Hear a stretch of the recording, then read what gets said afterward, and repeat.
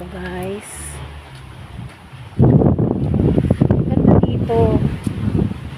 Kasi kita mo yung buong daigdig. Buong mundo. Kita mo yung mahal mo sa buhay dun sa kabilang dagat, Chares. Ganda dito. Yan. Sobrang ganda dito, guys.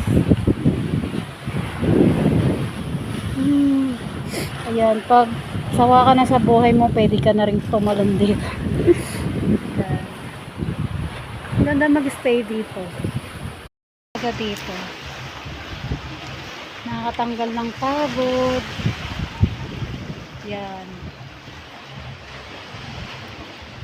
Ito talaga yung pangarap ko, yung magkaroon ng sariling ganito. Sana. Yung malapit sa dagat, malapit sa mga